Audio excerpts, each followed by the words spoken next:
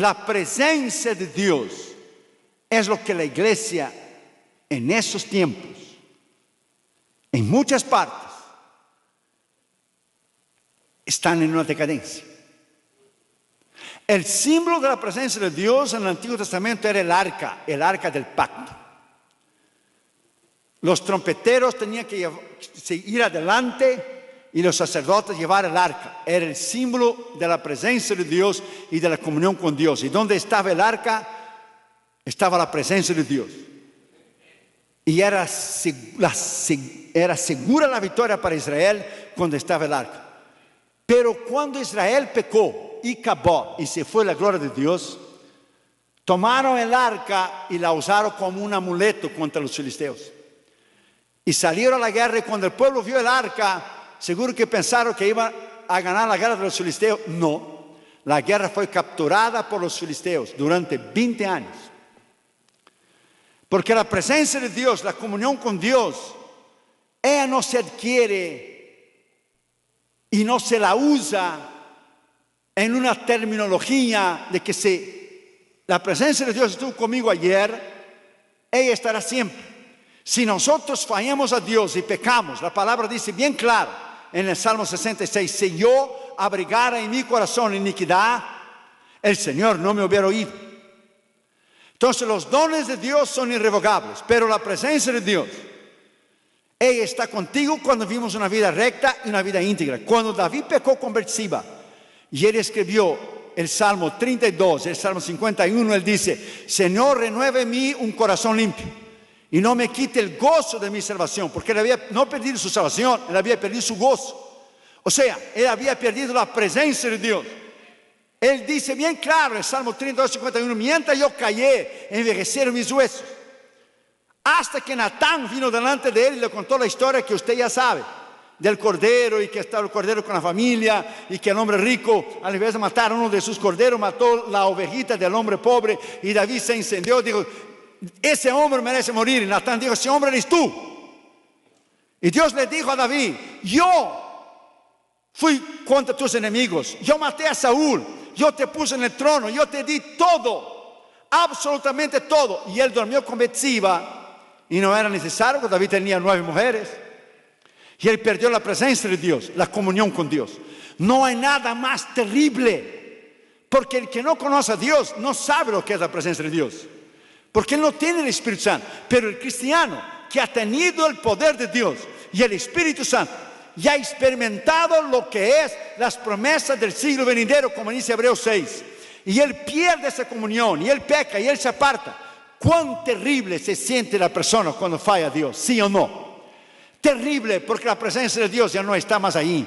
Nos acordamos de los tiempos pasados, del avivamiento, del poder, de la unción. Esto es lo que hace falta a la iglesia hoy en día, la presencia de Dios.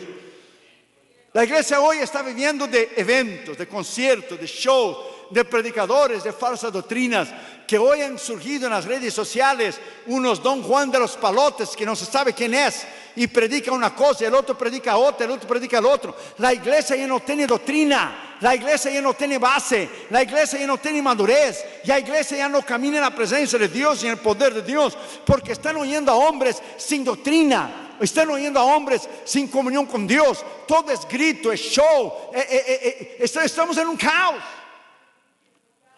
La iglesia necesita volver al lugar secreto de la oración, al lugar secreto de la comunión con Dios. La iglesia necesita volver a oír la voz de Dios.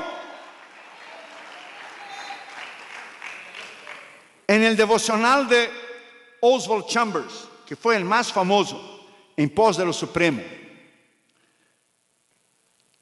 él pone una cita de Robert Murray M'Cheyne, que dijo, los hombres de Dios vuelven una y otras veces en busca de aquellos secretos espirituales y las cosas escondidas con Dios, el secreto escondido con Dios.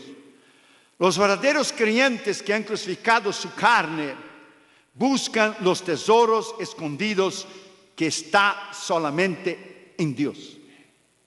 O sea, si nosotros queremos conocer a Dios, Dios no está en la superficie. En la superficie el sol está para el pecador. Cuando el pecador recibe a Cristo, eso es todo lo que él sabe, que él es pecador y él hace la oración del pecador. En Ezequiel 47 usted va a ver los 4 niveles espirituales. Y dio el agua en los tobillos, y dio el agua hasta la rodilla, y dio el agua en el muslo, y dio el agua en el pecho, y entonces un río que no podía pasar.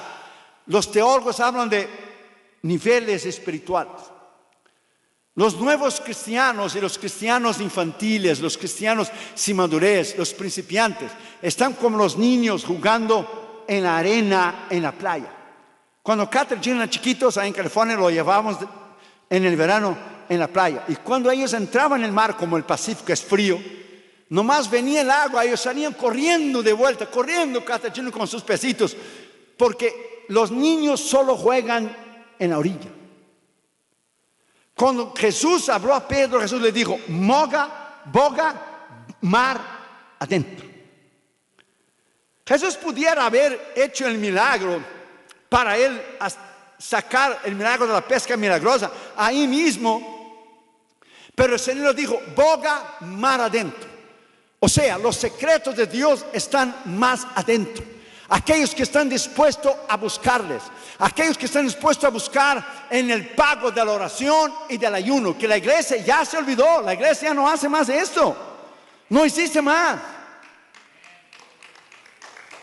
La iglesia se olvidó de la presencia y del poder de Dios. El otro día, Damaros y yo terminamos un ayuno de días y días y días con una debilidad tremenda, solo con agua. Y yo dije a Damaros, nadie más hace eso. Nadie más paga el precio, porque como Italia va a ser una guerra espiritual tremenda. Los evangelistas del pasado, ¿cómo eran los hombres de Dios del pasado? Terry Osborne, Oral Roberts, Didi Ávila. ¿Cómo eran los grandes hombres de Dios que Dios usaba en el pasado? Charles Finney. Se metían con Dios una semana, 2 semanas, no salían de su cuarto, oraban, como Daniel Nash, que era el intercesor de Charles Finney. Él llegaba en una ciudad 2 semanas antes de una campaña, rentaba un hotel, no comía nada, solo bebía agua y oraba y ayunaba 2 semanas. Cuando llegaba Charles Finney, había milagros, sanidades, 100,000 personas, un poder de Dios tremendo. Cuando murió Daniel Nash, terminó el ministerio de Charles Finney. El poder no estaba en Charles Finney, el poder estaba en las rodillas de Daniel Nash. El poder sigue estando en las rodillas. El poder de Dios sigue estando en aquellos que le aman, que le buscan, que pagan el precio.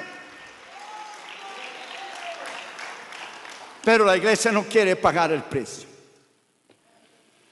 No quiere más lo que es vivir en una cercanía con Dios, porque es renuncia, es la abnegación, es la muerte de la carne, del ego, del yo, y nadie quiere hacer eso más.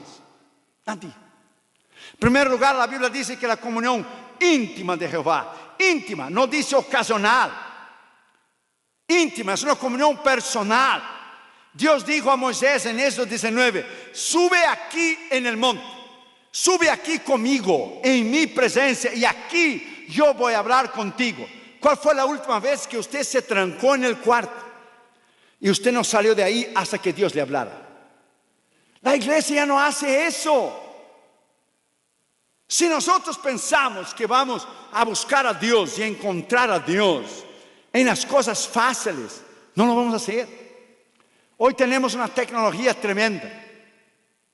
Y mira lo que leí el otro día. Si nosotros creemos que vamos a sustituir la tecnología por el poder de Dios. Una chica dijo, conocí a mi novio por Facebook, nos comunicamos por WhatsApp, él me pidió por Skype, nos comprometimos por Twitter y nos casamos por Instagram. Vamos a ir a una luna de miel y poner los videos en el YouTube. Vamos a encargar los hijos por Amazon y cuando él estuviera viejo lo voy a vender en el eBay. Esa es la tecnología de hoy. Tecnología no sustituye el poder de Dios. Podemos tener de todo, pero si nosotros no volver al lugar trancado del ayuno y de la oración, a volver a oír la voz de Dios, el poder de las tinieblas no será roto. Es la comunión con Dios donde nadie quiere pagar el precio. Un famoso pianista internacional dijo una vez: si yo no practicar con el piano un día, nadie va a darse cuenta. Si yo no practicar el piano 2 días, yo me daré cuenta. Pero si yo no practicar con el piano 3 días, cuando yo dar un concierto, todo el mundo va a darse cuenta. Se sabe cuando un boxeador ha entrenado o no.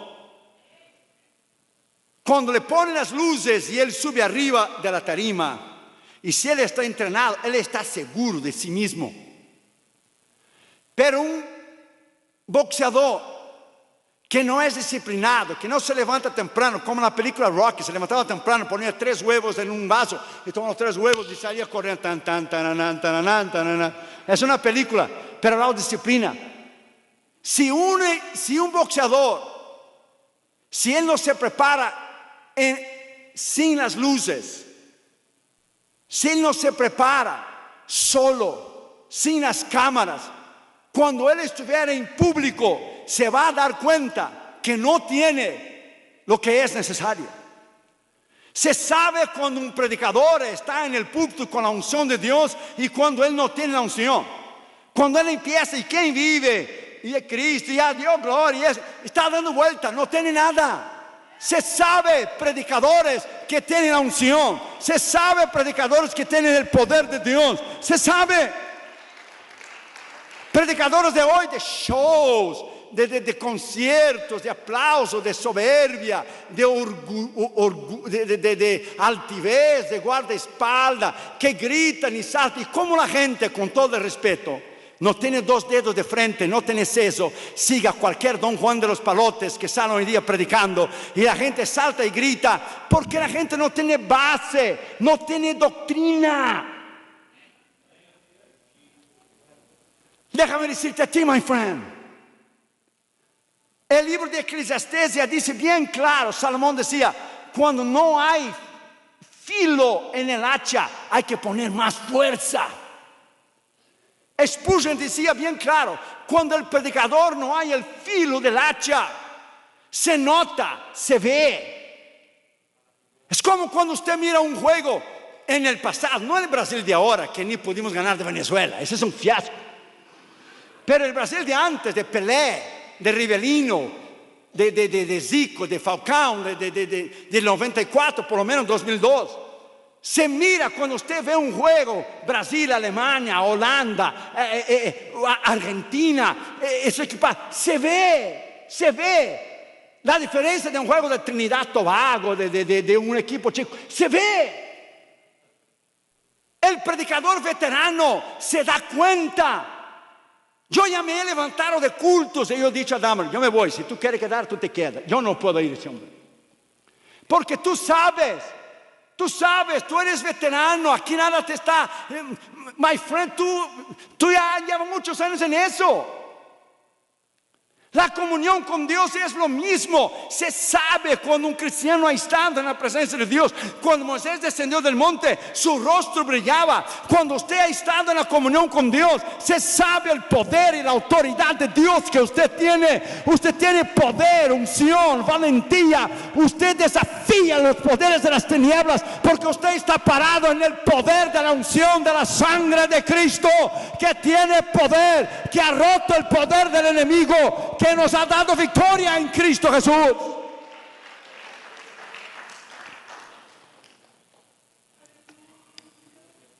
¿Cuál fue la última vez que usted se entrancó en un cuarto y no salió de ahí hasta que Dios le hablara a usted? En 1840, cuando preguntaron a Robert Murray McCheyne por qué el avivamiento había llegado a Escocia, él dijo, fue por la oración de los ministros y del pueblo de Dios. La oración de los ministros y del pueblo de Dios. Hoy tenemos shows y conciertos que no hacen nada. Viene alguien, renta un coliseo, un estadio, un concierto. Cuando se va, la ciudad sigue lo mismo. Pero si usted hace una vigilia de oración y dobla las rodillas a las 10 de la mañana, de la noche, y la vuelve a levantar a las 5 de la mañana, usted va a ver el poder y la unción de Dios que vendrá en su vida, porque Jesús oraba todas las noches. Y cuando usted se para un tiempo en ayuno y oración, usted sabe, usted ve, usted vive en esa comunión tremenda del poder del Espíritu Santo. Oh, tenemos lo que es recuerdo de aquellos tiempos. Yo soy de un tiempo, déjame decirte a ti. Yo sé que usted no es del siglo pasado, pero yo sí. Pero yo soy de un tiempo. Cuando yo era chiquito e iba a la escuela dominical, en los bancos de la escuela dominical de la Asamblea de Dios en Brasil, la gente que estaba chueca, que vivía más o menos y en pecado, tenía miedo de ir al culto. La gente temía a Dios, porque la gente que iba más o menos, Dios levantaba un profeta, una mujer de Dios, así dice el Señor, tú estás en pecado y tú también, y tú también. Y el Señor les da una semana de vida y del cielo, o se arrepienta o Dios los acabará. La gente tenía miedo. Hoy la gente viene a la iglesia viviendo juntos, fornicando, robando a Dios, no dan sus diezmos. Hoy la gente vive de cualquier manera, es increíble. Yo fui a Noruega, decía yo al pastor, fui a Noruega cuando ya el pastor estaba dando la Santa Cena a gente que estaba viviendo junto, durmiendo juntos sin estar casados. Estaba bebiendo y comiendo para su propia condenación. Oh, eso no era todo. El gobierno de Noruega estaba dando ayuda a los hispanos. Solos eran solteros. Ayuda financiera para apartamento y para la comida. Y tenía que aprender el idioma, el noruego. ¿Qué hicieron los cristianos, entre comillas? Se divorciaron legalmente, pero siguieron viviendo juntos para recibir un cheque del gobierno. Esa es la iglesia. Para que usted vea, condenando su alma al infierno por un cheque del gobierno. Si la iglesia no tiene lo que es, my friend, no tiene la comunión con Dios. Si la iglesia no tiene lo que es convicción de lo que es cierto y equivocado, imagina el mundo. No, es que cuando predicamos así la gente dice, ese es un mensaje religioso, ese es un mensaje de normas, ese es un mensaje del pasado. No, ese mensaje está aquí. Sin santidad nadie verá al Señor. Está escrito, ese mensaje está aquí. La Biblia no es antigua ni moderna, ella es eterna, es la eterna palabra de Dios. Den un aplauso al Señor Jesucristo. Es el poder de Dios, es la unción de Dios, ella es la palabra de Dios.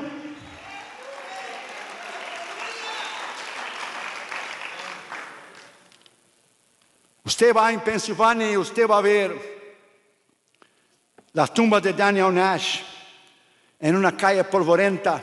Solo está escrito así: Daniel Nash fue un colaborador con Charles Finney.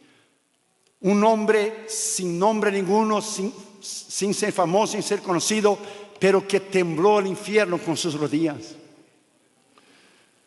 Los grandes avivamientos de la historia, ¿usted cree que va a venir con esos payasos de predicadores que tenemos hoy en día en las redes sociales? Do you really believe que va a venir con esos payasos de cantantes que tenemos hoy en día? ¿Usted realmente cree que la unción de Dios, el poder de Dios que costó la sangre de Cristo? Si Jesús tuvo que orar y ayunar para empezar su ministerio como hombre, para derrotar al diablo, la gente que vive acá, hay iglesias que dicen que usted ya no necesita orar porque Jesús ya hizo, no necesita ayunar porque Jesús ya hizo. Entonces, ¿qué hacía Pablo en Hechos 13? Orando y ayunando, Bernabé y Pablo dijo el Espíritu Santo: separadme a Saulo y a Bernabé para la obra que tengo destinada. Iglesias carnales, iglesias que no tienen el poder de Dios, ministros que ni salvos son.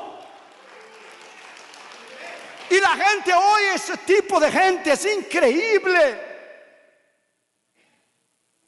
Porque la carne no se sujeta. Porque la carne no quiere pagar el precio. Terminamos, damas y yo, el otro día solo. Hicimos 3 días con agua, pero después hicimos sin agua. Y sin comida. Y era uno más poderoso que rompe de verdad las tinieblas. Y al tercer día yo llevé la mano para tomar la botella del agua y dije: no lo hago. si Él llevó la cruz hasta el fin, yo entregaré lo que yo he prometido. Si Él tomó la cruz y le pusieron la corona de espina en su cabeza, si Él fue desnudado y lo pusieron lo que es un robe, ¿cómo se dice un robe? Un manto, sí, gracias pastor, un manto de púrpura, y se burlaron y le escupieron, le arrancaron la barba, una corona de espina, clavos en sus manos y sus pies, y cargó la cruz. Yo puedo hacerlo, porque todo puedo en Cristo que me fortalece. Yo puedo hacerlo. Denle un aplauso al Señor Jesucristo. Él merece mi oración, Él merece que yo pague el precio, Él merece. Si usted quiere cambiar, tenemos que entrar en una nueva dimensión. La iglesia va en un caos, va de mal a peor. La iglesia va en un declive, como un tren sin freno a camino de la destrucción. El diablo ha levantado un montón de falsos predicadores, un montón de falsos evangelistas, un montón de falsos pastores, un montón de falsos grandes hombres de Dios hoy en día, que están haciendo un estrago terrible, un daño terrible a la obra de Dios. Pero Dios siempre tuvo un remanente fiel, y Dios siempre tendrá un remanente fiel, y Dios siempre tendrá una iglesia fiel, y Dios siempre tendrá ministros fieles, y Dios siempre tendrá hombres y mujeres fieles, y Dios siempre tendrá usted, y Dios siempre tendrá otros más. Elías se quejaba en la cueva y decía: yo me he quedado. Yo no, tú no. Había quedado Abdías, había quedado 100 profetas más, que Abdías había puesto de 50 en 50, que la reina quería matarlos. Jezabel. Era él, Obadías y más 100. Entonces son 102. Y Dios le vino a él y dijo: tú no eres el único, que solo yo he quedado. Todavía hay 7,000 hombres que yo lo he escogido, que no han doblado sus rodillas delante de Baal. Dios tiene su iglesia fiel, la iglesia que va a subir con él. Dios tiene todavía hombres y mujeres de Dios. Alabado sea su nombre. Dios lo tiene. Segundo lugar, dice: la comunión íntima de Jehová, segundo, es con los que le temen. Lo que yo vi en Noruega fue increíble, la falta del temor de Dios por recibir un cheque del gobierno. Increíble, sabiendo que está condenado, tomando y comiendo y tomando la Santa Cena, cuando Pablo dijo: el que bebe y come indignamente es culpable de la sangre de Jesús. You gotta be kidding me. Y le daba la Santa Cena el tal pastor en Noruega, entre comillas, para que la gente no se fuera. Pastores que el mismo diablo lo ha levantado, no Dios. Jesús no pastoreó 3 años y medio a Judas, y Judas no era el hijo del diablo que dijo, el hijo de perdición que dijo Jesús bien claro. La comunión es con los que le temen. His Hoyos, en su libro El Intercesor, él ganó la batalla de oración durante la Segunda Guerra Mundial con 8 estudiantes en Londres del colegio. Mira, cada ataque que Hitler iba a hacer, Dios revelaba a His Hoyos lo que Hitler iba a hacer, y Dios lo revelaba a él, y él y su instituto bíblico de 8 estudiantes oraban en la oración, y Dios cambió la historia de la Segunda Guerra Mundial, que nadie lo sabe, excepto si usted lea este libro, El Intercesor, The Intercessor, His Hoyos. La iglesia ha perdido el amor, ha perdido lo que es la paga del precio. Todos queremos hoy en día regalado, todo fácil, todo. Es increíble la carnalidad que se mueve en el medio del pueblo de Dios. Es increíble, nadie más quiere pagar el precio. Una niña dijo a su mamá una vez después de culto, cuando entrar en el carro: mamá, yo no entendí muy bien el mensaje del pastor. Dijo: ¿qué no entendiste, mi amor? Dijo la mamá: el pastor dijo que Dios es grande, que hizo el universo. Sí, ok. ¿De qué no entiende? Y que Dios estaba dentro de nosotros. Sí, así lo es. Está por el Espíritu Santo. La chiquita no entiende, pero está. Si Dios es tan grande, y está dentro de mi corazón. Entonces, a nivel de la gente ver a mí, debería ver a Dios en mí, porque Dios es más grande, ¿verdad, mamá? Fíjese bien. La gente no puede ver a ti. La gente tiene que ver a Jesús en ti. La gente tiene que ver el poder de Dios en ti. La gente tiene que ver la unción de Dios en ti. La gente tiene que ver la sangre de Cristo que te limpió, te levantó, te restauró y derramó el poder de la unción del Espíritu Santo en ti. El caos que la iglesia está viviendo hoy es increíble. Es el tiempo de la apostasía. Un pastorcito que se llama pastor allá en Houston, entre comillas, un monigote del diablo, que aquellos que creen en guerra espiritual. Entonces nunca ha leído Efesios 6.